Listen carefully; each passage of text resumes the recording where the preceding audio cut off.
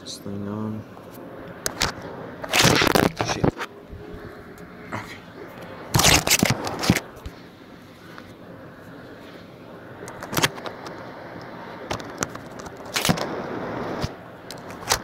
Alright, can y'all hear me and see me? Everything good? Okay. First off, I want to say sorry for all of that. I don't have a front-facing camera on my phone, so I have to prop my phone up. And it's currently propped up against a Nike. So, but, earlier this morning, it is currently 03:29. Earlier this morning, someone had asked me why it was that I had chosen to enlist.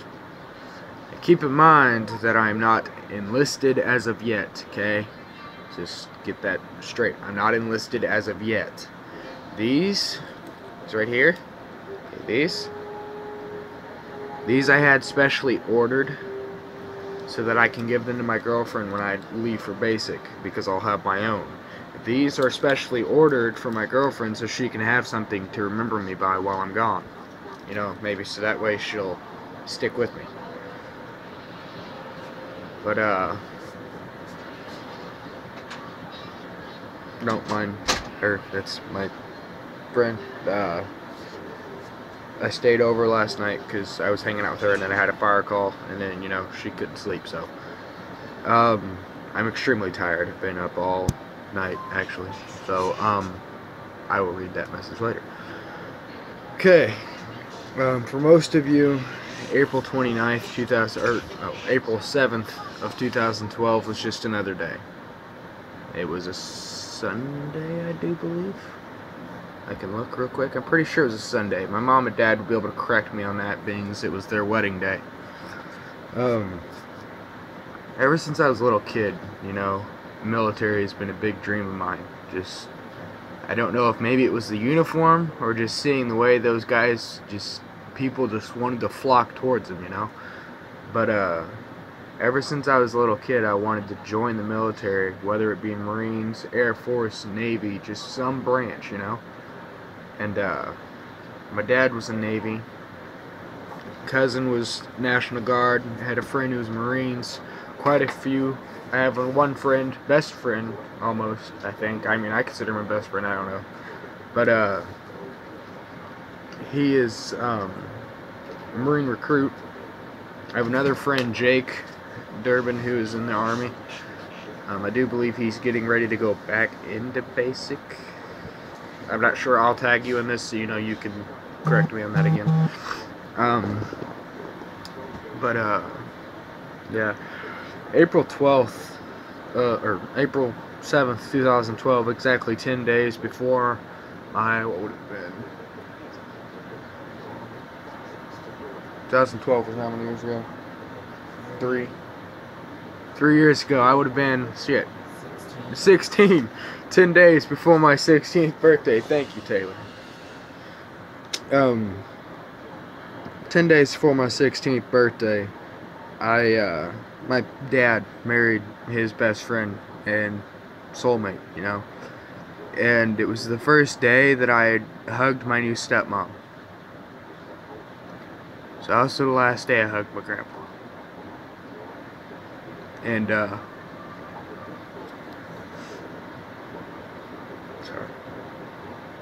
I guess somehow, someway I knew that, you know, that would probably be the last time I got to talk to my grandpa. I mean, he was getting up there in age, his health was declining, he couldn't go anywhere without oxygen, you know. And, I was in a residential facility at the time, and one of the staff members had taken me there to my parents' wedding. And I knew that we were going to have to leave early, you know, because something was going to happen and we would have to go back, you know. It usually always worked like that. And shortly after the ceremony was done and we were all downstairs in the basement for the wedding reception, it was over there in Lincoln, Illinois at the church out there, we all sat down. Brianna admired the long line of cupcakes that my stepmother had made for her own wedding reception. How many cupcakes was it, Ma? I believe over, what, 500, 600 cupcakes that you made for your own wedding reception? like I said, if you want to make some for, your visitation, I'll be sure to freeze them for you.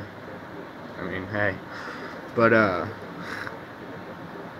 we all sat down, we ate, and then shortly after that, I kind of pulled my grandpa off to the side, and we talked about pretty much anything.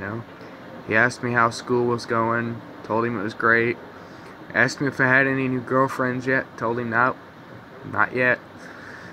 And then I looked at him, and I think it was at that point that I realized that that would probably be the last time I talked to him, because I looked in his eyes, and when you look into a person's eyes who's is gonna lose soon, you can kind of just tell. There's they know, they just know that they're gonna pass, and they've got that emptiness. There's not that glint of hope anymore. And when I looked in his eyes, I didn't see that glint of hope.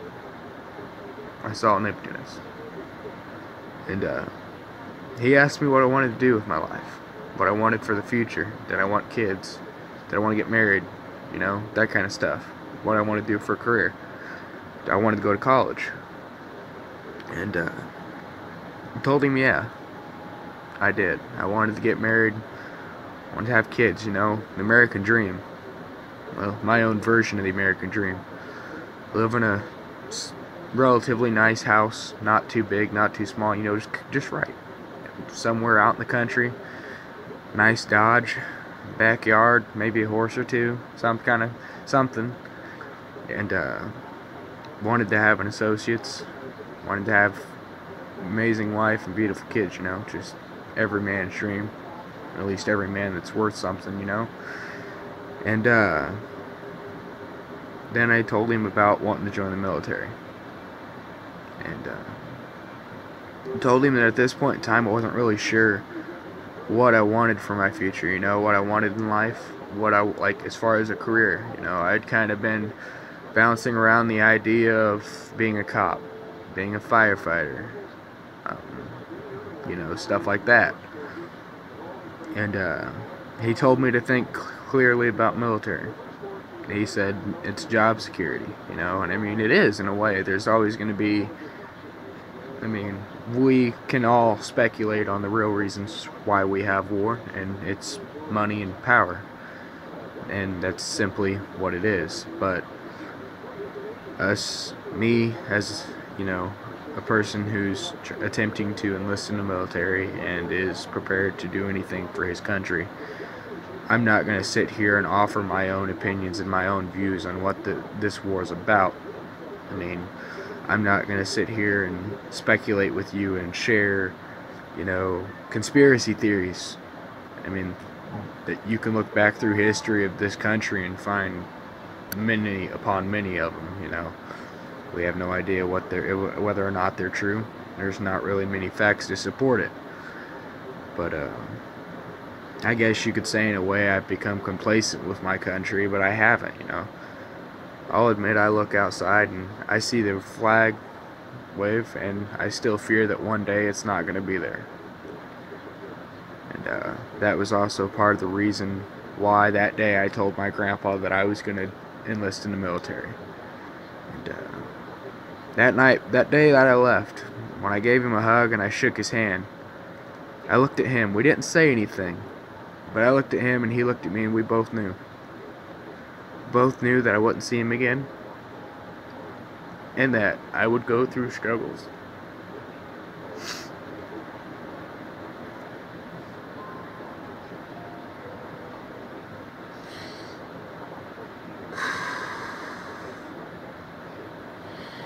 But we both knew that one day I would enlist. I would fulfill my promise. Someone asked me why I chose the Army. Really? Not really sure. Didn't really make an educated guess or an education. I didn't really educate myself on the different branches and why I chose Army, It's funny actually, because it's with buddies of mine. One of my buddies, well, old buddies, his fiance, they're now married. They were at a bridal shop looking at dresses, and they started talking about us trying on tuxedos. And anyone who knows me knows that I don't wear tuxedos. It's not gonna happen. Whenever I do get married, I won't wear a tuxedo.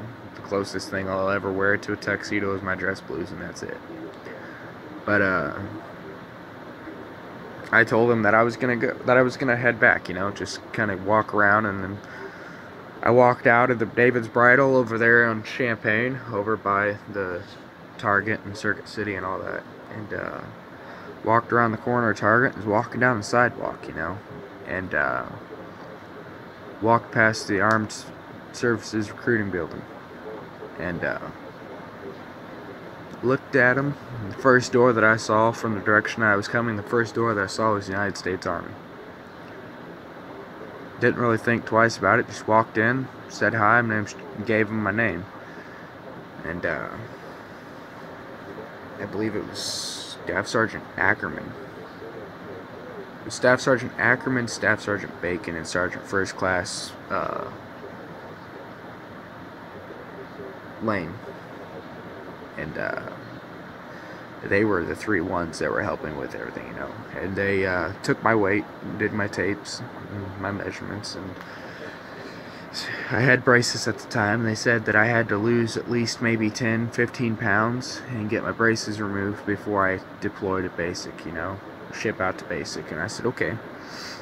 So went back, started working out, dieting. Not really dieting at all, you know. I never really diet. I just ate everything that I usually ate, you know. Just I walked everywhere. I'd ride a bike when I could, you know, and I'd do sit-ups and push-ups, just, you know, body weight workouts, you know. And you'd be surprised the amount of muscle you build just off your own body. And I mean, the bigger you are, the better it is for you, because, you know, you got to lift up more weight.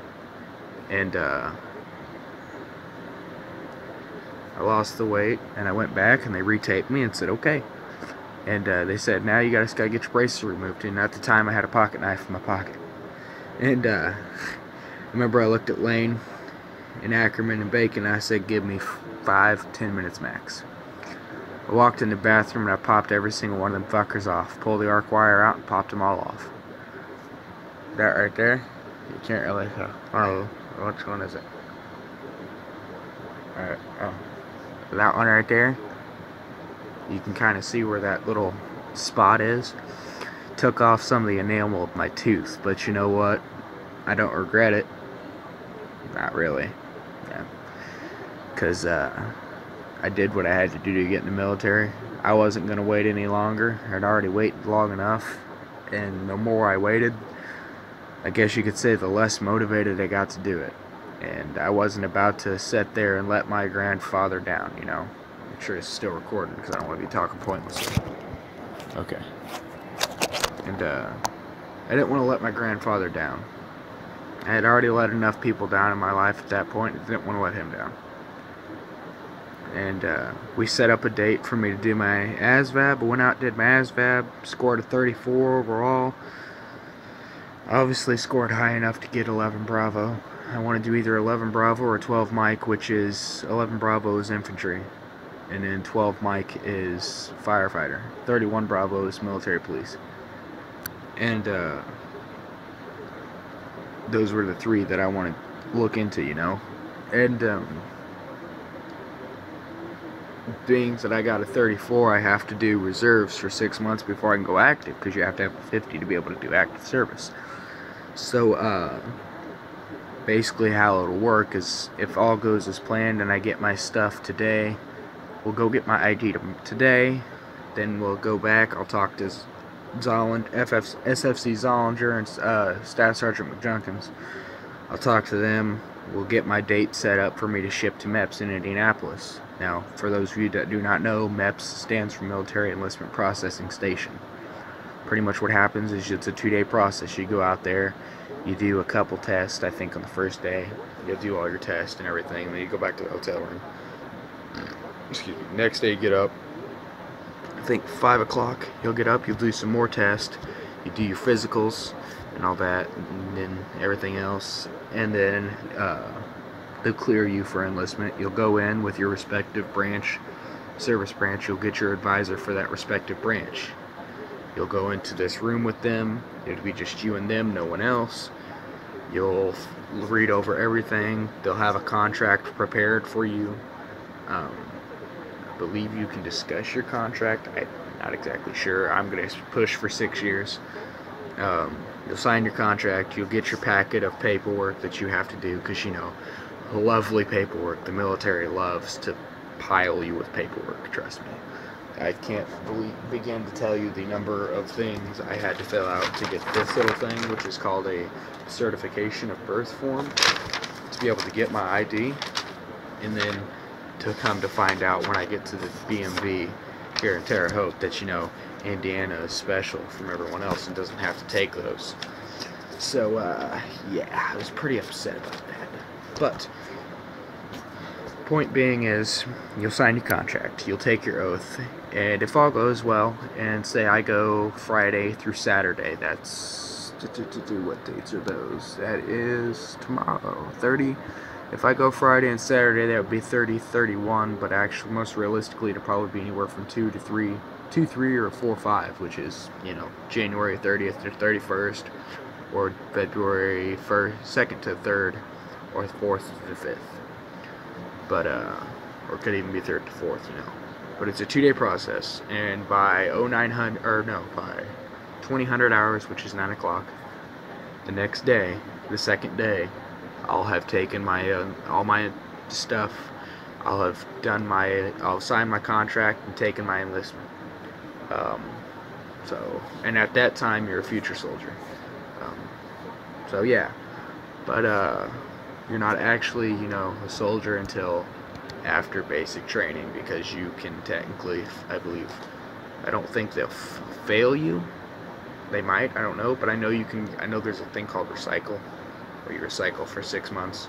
So, like, if you don't pass your your PT test, I believe they recycle you, and you sit there for pretty much 6 months on active until the next training battalion comes through. So, my advice for anyone who, after watching this, decides, you know, hey, I want to go check that out, work out, get physically fit. And it's not really just physically fit, but mentally fit. Start to learn how to believe in yourself, work on your self-esteem, because I don't know personally, but I can tell you this much, okay? It's 98% mental and 2% physical. Marines, 98% mental, 2% physical. Anything you go through, it's 98% mental and 2% physical. But like I said, I had another video on YouTube a couple weeks back about 3 points of success with mind, heart, and out in the world. If you believe in your mind, if you believe within your heart, and you know in your mind that you can do it, you'll start to see results out in the world. Same thing goes with basic training. If you believe in your heart that you can do it, and you know with all your mind that there's not been nothing that stands in your way, then you're going to see results. And at the end of that training, you're going to be standing there proud with your blues on, and you're going to put on your thing, and you're going to be proud, you know. And but again, work out, get physically fit. The less fat you have, the less you have to stick your neck out to make your neck big so you can make tape, you know. Because I've got a huge gut. Well, not really a huge gut, but I've got this great little thing called love handles. They're annoying as all hell, but because, you know, I can suck my gut in and look somewhat muscular. But, you know, when you're wearing a tight shirt and you look somewhat muscular, and then you got these big bulgy fat rolls on your side, yeah, it's a struggle. It really is. But if you can succeed at basic, then you're good, you know. And but making that promise to my grandfather wasn't the only reason why I decided to enlist, you know. It really wasn't. I decided to enlist not only for myself, but because of the fact that my family, with as little as a legacy that it is, we have a military legacy, you know. I guess you could say second generation Army, because my cousin was Army National Guard. But a lot of us men join the military. And, I've always wanted to be just like my dad. Always. My dad is more than just my father, He's my dad. He's my best friend. I know that I can go to him for anything. Um, when I hit a rough patch in my life, Sean and Tim, they walked out on me like I was nothing. Just like I was nothing, and you know why it was? Because Sean has had everything handed to her on a silver platter in life and couldn't stand to face the fact that she might have to tell her family and friends that her son was staying in a shelter, She didn't want to have to tell them that. So she decided that maybe I could just throw him away, put him on the top shelf, kind of like in Toy Story where they put Wheezy on the top shelf. She kind of just threw me up on the top shelf with all the other toys to collect dust and just kind of forgot about me, And it's okay, because it's fine. She can do that if she wants, because all that matters is my dad kept his promise. My dad stood up to his oath that he made in court the day they adopted me when I was 7. He stood by me through everything. When I was sexually assaulted, he was there. He stood by me through it all. When I faced court processes for breaking and entering charges or getting into, disputes with people, my dad was there. And if he couldn't be there in person, he was there to answer the phone when I call him. My dad will never give up on me, and my dad will be there for me until the day he dies or until the day I die, whichever one comes first. That man is the greatest person I've ever met, aside from my grandfather. And I just hope that, Mom, when you see this, you show him this. Because the amount of stuff and stress and issues that I have put not only him, but you as well through, the amount of things that I have done, things that I have said out of anger, you could have walked away. You could have given up on me. You're my stepmother. You're not, bound to me by a biological connection, You're not bound to me by really anything other than the fact that you genuinely care and that you have a heart, Sean has a heart, obviously, but Sean doesn't have the type of heart that it takes to, put up with a person like myself. I had a troubled past, and I'm not going to sit here and make excuses for myself and the things I've done. The fact that I was abused as a child, the fact that I was raped at a young age has nothing to do with any of the decisions I've made in life. I made the decisions I made in my life because I decided to. No one else.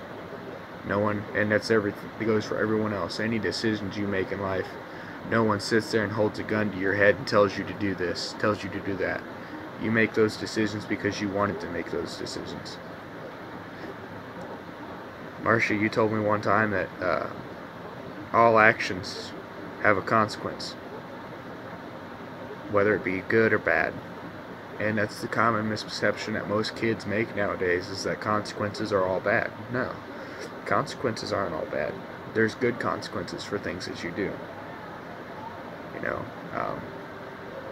Obviously, me deciding to enlist, and when I take that oath of enlistment and I go to basic, there's going to be the consequence of, I'm going to have to face a lot of tough physical and emotional challenges for the next 12 to 14 weeks, But then there's also the positive side to that at the end of that 14 weeks, I'm going to be mentally, physically stronger, sharper.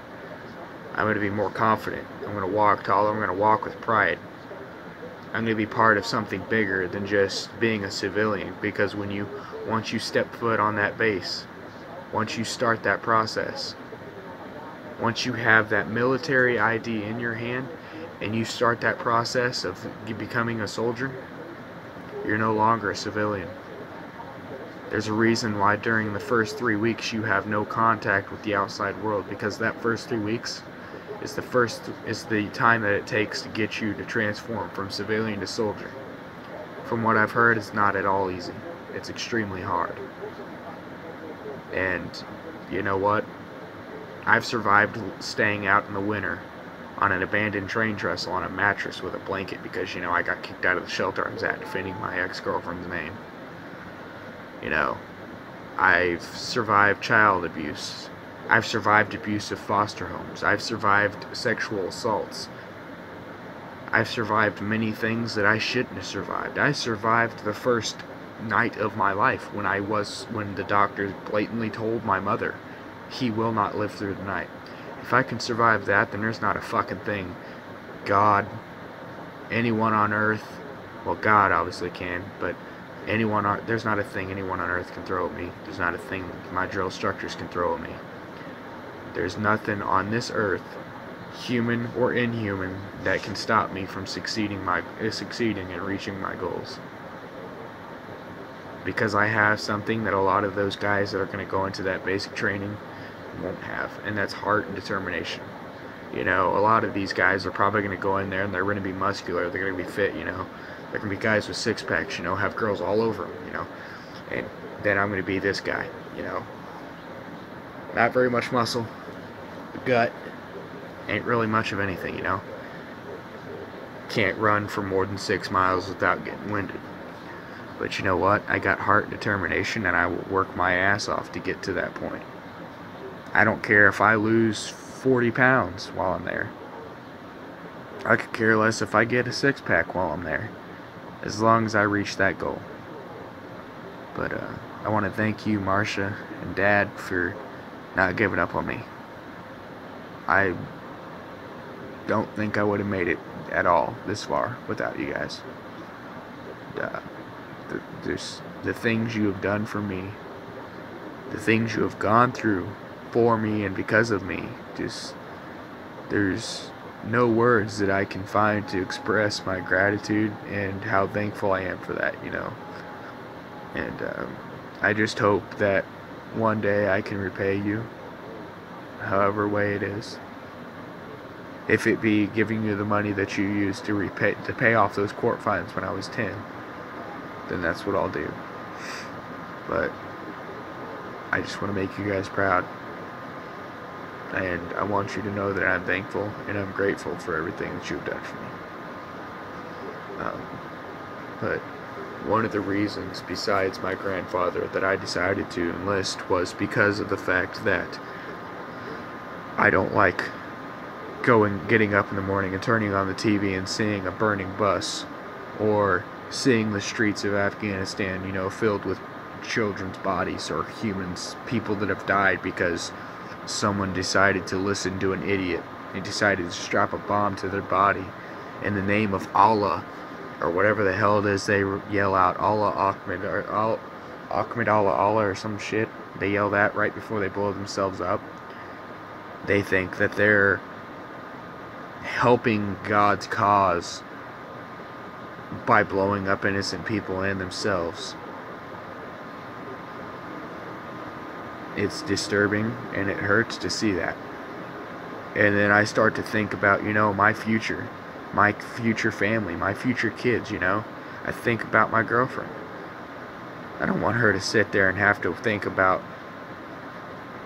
whether or not we're going to be a free country in the future, if we're going to be run by ISIS, you know.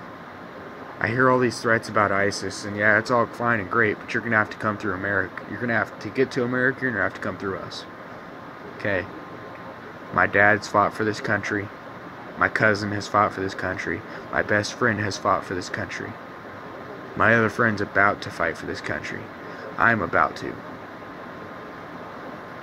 We may be far and few between, but together, we can stop anything.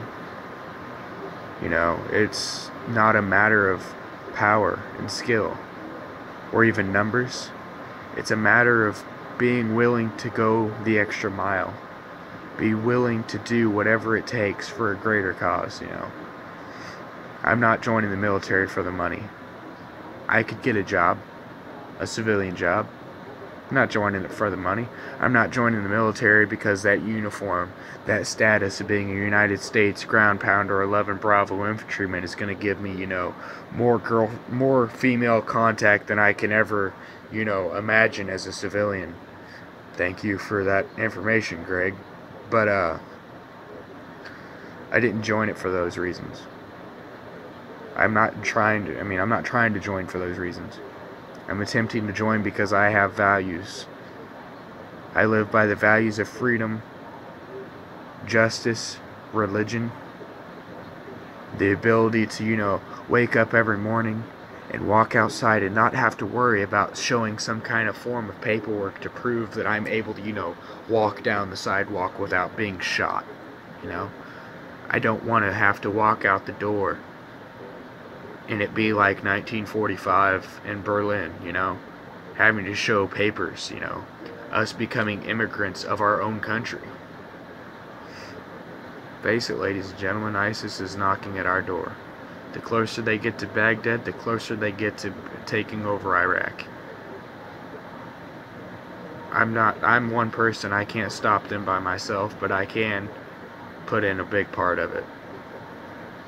And I'm willing, and more than willing and prepared to do whatever it takes to not only defend my country, but to make sure that I can stop as many of them motherfuckers as I can. Because I will be damned if I become, a slave to ISIS. Slavery was abolished in the 1800s. I'll be damned if we go back to that. I've seen that American flag wave outside for the last 19 years. This country is a great country, and I love this country with all I got. This country is... I don't even really know. But the fact is that I can still call this my country, I may help my buddy pay rent for an apartment. I may not own the apartment myself, like rented it myself. And I may not own anything of my own except, my clothes and my life. But I can say, as an American citizen, I own this country. We all own this country. This is our country. And anybody who wants to come into our country has to live and play by our rules. And anybody who wants to try and come into this country forcibly and wants to try and shake and rattle our cage and tear down the very structure of what this country was founded upon, the basis of freedom, the basis of being able to speak freely about your religion or who you are, be proud to be who you are. How many of you right now are proud to be Americans? If there was one person who's watched this video that did not raise their hand, then we have obviously done something wrong to help this country. Every inhabitant of this great nation should feel proud to be an American. I know I am. And I will do whatever it takes to keep this country free. I made a promise to my grandfather, and I made a promise to myself, and you know what? I want to be something in life. I want to be part of a greater cause, part of something better. Part of a brotherhood that does not shake, does not break. I've had many best friends that I called brothers that fucked me over.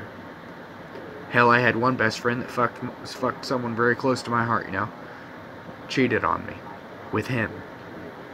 I had another old best friend who I called my brother. I'd known him for 8 years.